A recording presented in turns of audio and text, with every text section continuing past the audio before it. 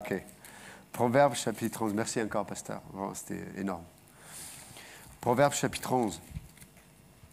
On va voir le premier verset. On n'aura pas le temps de voir tout le reste, mais... vous avez vu, on avance quand même. Hein? On est à Proverbe 11 aujourd'hui. Les mauvaises langues auraient pu dire, mais pasteur Yann va rester sur Proverbe 10 pendant 6 mois. Proverbe 11. La balance fausse est en horreur à l'Éternel, mais le poids juste lui est agréable. Quand vient l'orgueil, vient aussi l'ignominie, mais la sagesse est avec les humbles. OK. Donc là, l'auteur nous parle il nous amène sur un sujet, un terrain particulier, puisque la fausse balance, c'était le moyen de faire le commerce à l'époque. Donc il nous amène sur le sujet du commerce, business, de vendre, acheter. Mais on va voir que derrière cette phrase de la part de l'auteur des Proverbes, il y a une réalité spirituelle. Et on va essayer de réfléchir ensemble à ce que ça peut impliquer dans notre existence. Donc la balance fausse, donc à l'époque, ils n'avaient pas des balances comme nous, hein, digital. Non, c'était des pierres en fait, qui étaient faits par des spécialistes qui étaient reconnus pour leur poids. Donc à l'époque, on faisait du commerce en échangeant des produits par rapport au poids. Donc il y avait des pierres de plusieurs tailles et donc de poids divers et variés. Et les commerçants achetaient ces pierres ou avaient ces pierres et elles étaient estampillées comme correctes. Mais il y avait des petits filous qui creusaient la pierre, ils faisaient des petits trous dans la pierre, ils vidaient ce qu'il y avait à l'intérieur, après ils rebouchaient pour pas que ça se voie. Et donc, une pierre qui était censée peser 1 kilo, peut-être elle en pesait 500 grammes. Et donc, quand ils faisaient commerce, ils s'enrichissaient sur le dos des autres, en fait. C'était des voleurs, en fait. Okay. Et la Bible dit que la fausse balance est en horreur aux yeux de l'Éternel. Donc, sous-entendu, de tricher et de prendre avantage sur les autres par un moyen détourné, Dieu en a en horreur. Et on va discuter de ça. Ça vous va? C'est intéressant, vous allez voir de façon pratique ce que cela implique. Et la Bible dit, mais le poids juste lui est agréable. Le poids juste lui est agréable. C'est intéressant, le mot juste là, et après on va revenir sur mais le mot juste en hébreu, c'est pas juste, ça ne parle pas simplement d'un poids qui est exact, mais le mot en hébreu parle de... c'est le mot la racine du mot, c'est le mot paix, en fait. C'est intéressant. C'est le mot qui a donné la paix, c'est le mot qui a donné aussi la complétude, quelque chose qui est complet, qui est parfait. Et donc, ce que Dieu aime, c'est le poids qui amène la paix. Et là, à l'occurrence, c'était le poids juste, c'était le poids qui donnait la paix aux deux personnes, celui qui vendait et celui qui achetait. Il y avait la paix entre nous. Donc on n'était pas juste d'accord sur le produit, mais voilà, j'ai fait une affaire, ça m'a amené la paix, toi tu as vendu, chacun on avait la paix en fait. Il y avait la complétude, il y avait rien à rajouter, rien à enlever. Et c'est exactement ce que Dieu veut faire dans nos vies. Vous savez, donc là il parle de commerce, mais malheureusement, vous avez remarqué que dans notre existence et dans le monde dans lequel on se trouve, tout est devenu un produit, en fait. Dans Apocalypse, c'est intéressant, l'auteur dit que dans les derniers temps, la grande Babylone, elle fera du commerce, même des âmes des hommes. Wow. Donc c'est le projet qui est derrière. C'est qu'on veut que l'homme ne soit pas seulement cette créature qui est créée à l'image de Dieu, mais on veut juste en faire un produit de consommation. On est dans un temps de l'histoire où aussi, lorsque nos relations sont basées sur cette fondation, du coup, la fondation est extrêmement fragile. Quand on est inconsciemment un produit de consommation, c'est « OK, qu'est-ce que tu m'apportes? Qu'est-ce que je t'apporte ?» Si on est juste sur ce terrain-là, la fondation va être extrêmement fragile. Parce que nous sommes changeants, parce que Il y a des situations des fois qui nous échappent. Il y a des fragilités des fois on ne connaissait pas en nous-mêmes. Et des situations arrivent et elles vont les révéler. Et des fois, il y a des accidents de l'existence aussi, physiques. Des fois, ça peut être mental. Donc, il y a tellement de choses qui peuvent nous dépasser. Et chaque fois qu'il y a une crise, chaque fois qu'il y a une situation qui arrive comme ça, elles vont révéler, ramener à la surface la fondation sur laquelle on a construit les choses. Et trop souvent, je ne dis pas tout le temps, mais trop souvent, nos fondations ne sont pas forcément les bonnes. Et c'est pour ça que le cœur de Dieu, c'est qu'il y ait la paix. C'est que lorsque nous vivons quelque chose ensemble, là il parlait de commerce, mais il y a une valeur qui est plus grande que le commerce. Il y a des valeurs qui sont éternelles. Le commerce, c'est quelque chose qu'on peut mesurer, on peut le peser.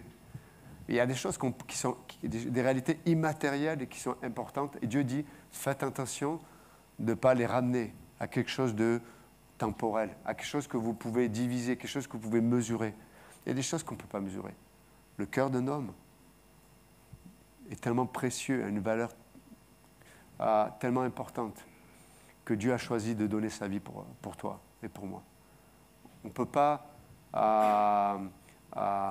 monnayer la vie d'un homme, la vie d'une femme, tellement précieuse de Dieu. Les relations, c'est tellement précieux. C'est l'image que Dieu nous a donnée dans la Trinité, le Père, le Fils et l'Esprit, un amour inconditionnel, une confiance totale. Au point même où, quand le Fils s'est incarné, il est devenu un simple homme, comme vous et moi. Il s'est abandonné totalement au Père, dans ses forces comme dans ses faiblesses, au point où, dans le jardin de Gethsémani, il a pu dire, mais si cette coupe pouvait s'éloigner de moi, mais non pas ma volonté, mais ta volonté. Et sur la croix, il va accomplir la prophétie du psaume 22, en parlant du Messie qui dit, mais mon Dieu, pourquoi m'as-tu abandonné? Il y a des moments dans nos vies, des situations dans nos vies, on peut avoir ce cri à l'intérieur. On peut se sentir abandonné, on peut waouh, cette coupe s'éloigne de moi, je veux pas vivre ce que je vis. Mais on n'a pas le choix. Jésus, lui, avait le choix, mais il a dit non pas ma volonté, mais la tienne. Et ce matin, peut-être il y a des domaines de nos vies où la balance elle a été faussée. Peut-être inconsciemment on a truqué le poids. On a truqué le poids dans le sens où on a pris des décisions par de nos émotions. On a lié des amitiés, ou des engagements, mais basés sur peut-être des blessures, des problèmes d'identité. Et aujourd'hui, on se retrouve dans une situation où ce qui m'a motivé est mis à la surface. Et Dieu, lorsqu'il permet ça, ce n'est pas pour nous condamner. Comme on l'a entendu ce matin de la part de Pasteur Jean, c'est pour dire, hey, et si on recommençait ensemble? Et si on recommençait ensemble? Et si on se basait sur un poids, non pas un poids temporel, mais un poids de gloire, un poids éternel.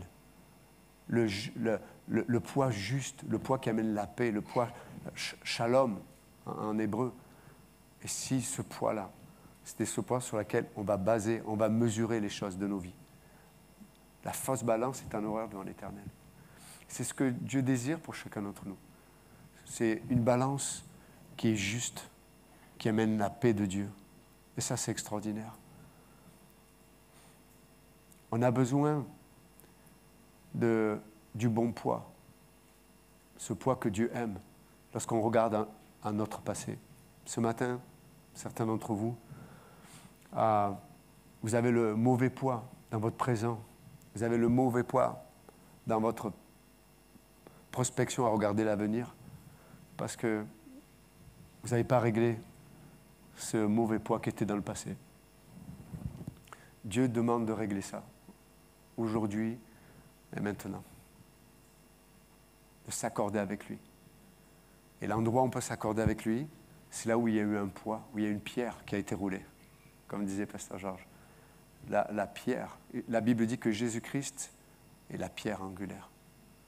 Il est ce poids qui est parfait. Il est cette mesure qui est complète. Il est cette mesure qui amène la vraie paix. Et on doit rejoindre Dieu sur ce poids qui est parfait. Comment regardes-tu ton passé ce matin? Est-ce que tu te vois comme une victime?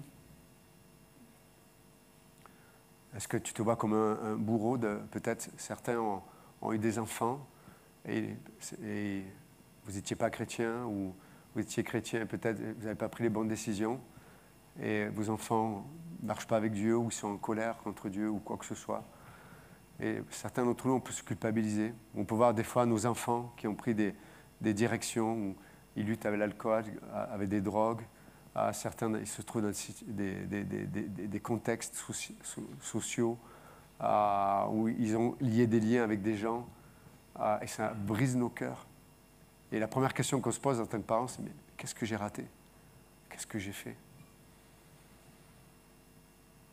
Et on ne peut pas changer le passé. On peut se mettre d'accord aujourd'hui et maintenant avec la bonne mesure de comment Dieu voit le passé. Il faut le faire. Si tu ne règles pas ça, tu ne peux pas construire demain. Tellement important. La bonne mesure. Il a pris notre honte, il a pris notre culpabilité, il a pris nos craintes, il a pris nos faiblesses, il a pris nos péchés. Ce matin, si tu regardes comme une victime en regardant ton passé, tu vas imposer aux autres cet esprit de victime. Tu vas t'imposer aux autres. Ce n'est pas la pensée de Dieu. On ne doit pas se regarder comme une victime. La seule victime, c'est Christ. Est-ce que si quelqu'un était abusé, il était victime? Évidemment. Est-ce qu'il faut mettre ça devant la justice? Il faut le faire. Mais si tu laisses au bourreau la place de maîtriser ta vie d'aujourd'hui, ce n'est pas juste. Tu ne dois pas t'appliquer la double peine. Parce que tant que tu te vois comme victime, ton point d'ancrage dans ton passé, c'est l'acte que quelqu'un t'a fait. Et tu lui donnes le pouvoir à la personne qui t'a fait du mal. Non simplement le pouvoir de t'avoir blessé, d'avoir fait des choses peut-être qui ont détérioré ton identité, mais en plus, tu laisses le pouvoir à cette personne de diriger ton présent et ton avenir. Ne le fais pas. Ne le fais pas. Reviens à la bonne mesure. Cette pierre parfaite, le poids parfait, Christ, la pierre angulaire. Il peut guérir ton passé. On a besoin de le rejoindre, d'être d'accord avec lui. Seigneur, aujourd'hui, je ne veux plus me voir comme victime, mais je veux me voir comme quelqu'un qui est aimé. Je veux me voir comme quelqu'un qui s'approche du vrai docteur, Jésus-Christ, celui qui guérit, celui qui me guérit, celui qui m'aime, celui qui pense mes blessures, celui qui me parle dans ma solitude, parce que quand on est blessé, on est isolé, on est seul. Dieu dit, tu n'es plus seul. Tu n'es plus seul. Ce que les gens ne peuvent pas comprendre, dans Hébreux 5, la Bible dit qu'il a été un homme comme vous et moi, comme vous et moi. Et il sait de quoi nous sommes faits. Mais il faut régler ça. Ne marchez pas dans des projets pour aujourd'hui et demain s'il n'y a pas la bonne mesure, le bon poids de ce qui s'est passé hier. C'est pour ça que nous disons, avec joie, que mon passé, l'origine de mon passé, c'est à la croix. C'est là où je suis né. Paul dit dans Galates 2:20, j'ai été crucifié avec Christ. Et si je vis, il parle du présent maintenant, je vis dans la foi au Fils de Dieu qui m'a aimé dans le passé. Comment je sais qu'il m'a aimé? La croix. Et qui s'est livré lui-même pour moi. Pas merveilleux ça? Et si je vis maintenant dans ce corps, je vis dans cette foi en mon Dieu. Dans la bonne mesure. Dans la bonne mesure. C'est pas glorieux ce matin? la bonne mesure, le bon poids. Je ne suis pas capable d'être intègre comme il faudrait. Je suis, dans ma nature, je suis celui qui fait un trou dans la pierre et qui triche. Mais vous aussi, vous n'en faites pas, je vous connais. Ok. On est comme ça, c'est notre nature. Ah, mais gloire à Dieu. Jésus-Christ est venu. Et lui, il a pas pipé les dés, comme on dit. Il n'a pas triché. C'est pas merveilleux, ça? Mon intégrité d'aujourd'hui est fondée dans l'intégrité de mon Dieu. Waouh! Et après, je peux dire comme David, Seigneur, juge-moi selon ma justice. Parce que ma justice, c'est celle que tu m'as donnée. Waouh! Donc ce matin, juste, je finis avec ça. J'aurais d'autres choses à dire, mais je n'ai pas envie de parler plus que ça. Mais juste s'encourager. Il y a une bonne mesure de poids, une pierre qui donne la vraie mesure du poids, qui donne les vraies définitions de nos pensées, de nos émotions, de nos vies, de notre passé, de notre présent et de notre avenir. Des fois, ça prend du temps avant de voir que le bon poids produit le bon résultat. Vous êtes avec moi? Des fois, ça prend du temps. De vivre dans la justice de Dieu, il faut être patient des fois. Il faut être patient. Des fois, on subit des situations ou dans des relations et on souffre, surtout quand on aime les gens. Mais soyons patients.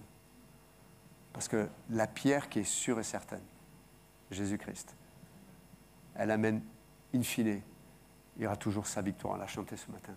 Il y aura toujours la victoire. Soyons patients.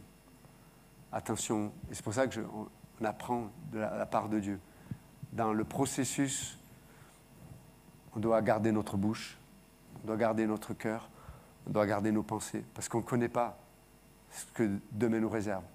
Mais moi, je vais être occupé maintenant, ici et maintenant, avec la bonne mesure. Christ, le poids, shalom. Il amène la paix. Amen. Ok, j'arrête là, mais on va prier. Seigneur notre Dieu, merci ce matin pour ta présence au milieu de nous. Seigneur, tu vois ton peuple ce matin, des hommes et des femmes qui viennent, on vient tous là, avec une soif, avec un besoin d'être secouru, avec un besoin de te connaître. Merci Seigneur parce que gracieusement, tu viens et tu nous parles, cette voix douce, personnelle, intime. Tu viens et tu nous parles de toi. Tu ne passes pas ton temps à parler de nos échecs, de nos péchés, de ce qu'on aurait dû, de ce qu'il faudrait. Tu nous parles de toi, de la croix, de ton amour, ce qui nous rassure tellement. Ça nous rassure tellement de savoir que tu es pas absent de notre histoire, mais c'est toi qui fais notre histoire. C'est sur toi qu'on veut bâtir, Seigneur. Notre futur, notre présent, et sur la pierre que tu es, que nous regardons notre passé. Te bénissons ce matin. Seigneur, je te prie pour les familles, pour les couples, pour les enfants, les frères et sœurs célibataires. Je te prie pour nous, frères et sœurs, peut-être ceux qui sont seuls maintenant, qui ont connu le divorce, qui ont perdu leur conjoint. Seigneur, tu sais comment restaurer. Tu sais comment amener shalom, la paix.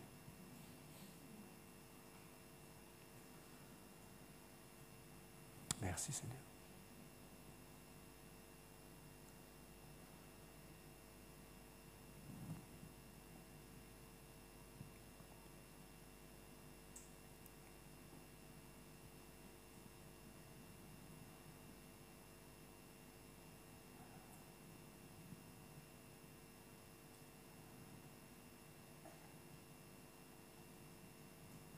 Amen. Amen. Que Dieu vous bénisse. Bonne journée.